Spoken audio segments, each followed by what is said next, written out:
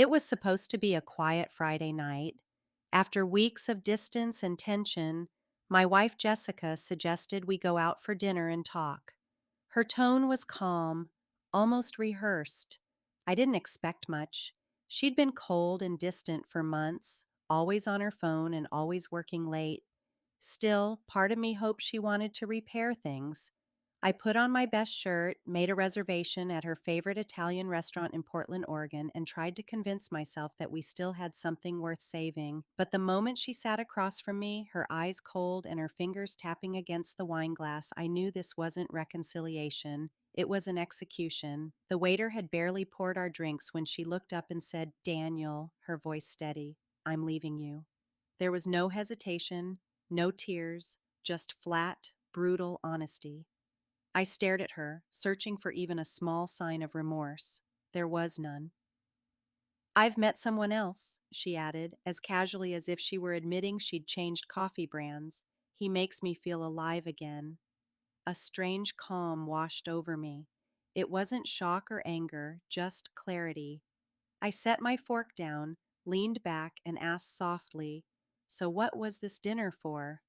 "Closure," she nodded, relieved that I wasn't shouting. "I didn't want to end things badly," she said. I want us to be civil." Civil? That word stung. After 10 years of marriage, I was being dismissed with the politeness of a boardroom meeting. I looked at her, really looked at her, and saw a woman who had already moved on emotionally, perhaps even physically. Her hair was styled differently, her perfume was unfamiliar, and her phone kept lighting up every few minutes with messages she pretended not to notice. "What's his name?" I asked, even though I already knew. "Doesn't matter," she said quickly, glancing around the restaurant. "I just need to be honest with myself." I smiled faintly.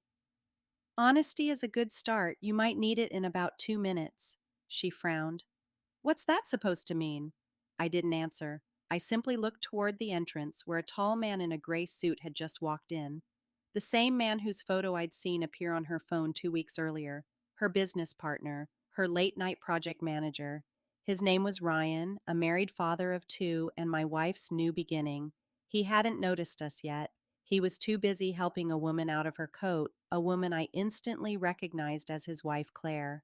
When Jessica turned and saw them, the color drained from her face. Ryan froze mid-step, his hand still holding his wife's purse. For a few painful seconds, all four of us simply stared at one another. I could almost hear Jessica's heart pounding from across the table. She looked as if she'd seen a ghost. I leaned in, keeping my voice calm. "You didn't think I'd invite them, did you?" Her eyes widened in disbelief. "You what?" she whispered. I smiled and took a sip of my wine. "When you started acting strange, I did some digging. Turns out Ryan's wife had her own suspicions. We decided to have a little dinner meeting." Claire looked directly at Ryan, her expression caught between fury and heartbreak. "So, it's true," she said quietly. Ryan's jaw clenched. "Claire, please, not here." But she cut him off, her voice rising. "You said the business trips were over. You said you ended it."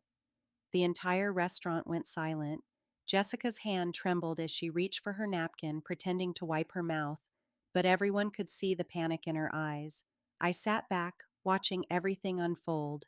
No shouting, no gloating, just quiet satisfaction as the lies unraveled right in front of everyone.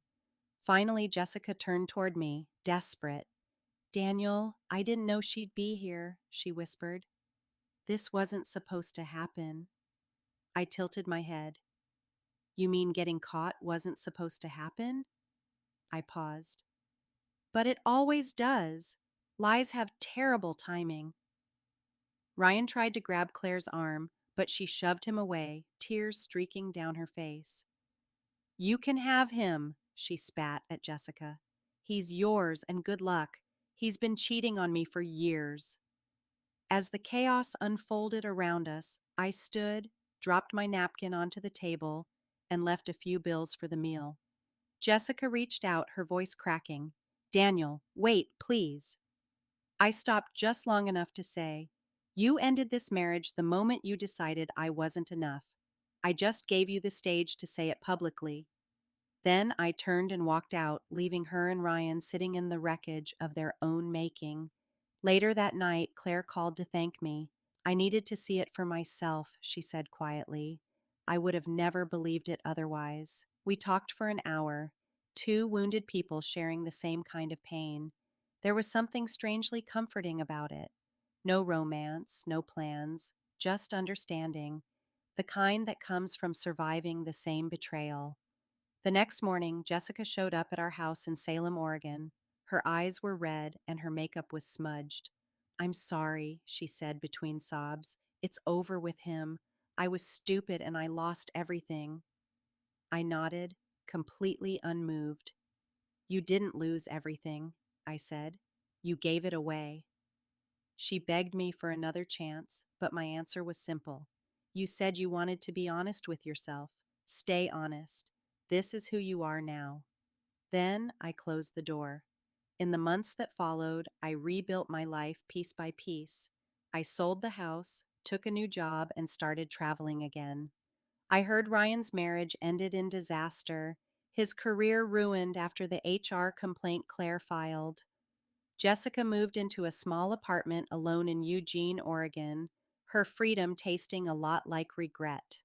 Sometimes, when I think back to that dinner, I remember the exact moment she froze, the door opening, and the truth walking in behind it. She thought she was leaving me for love. Instead, she walked straight into the ruins of her own deceit, and all I had to do was let the truth take its seat at the table.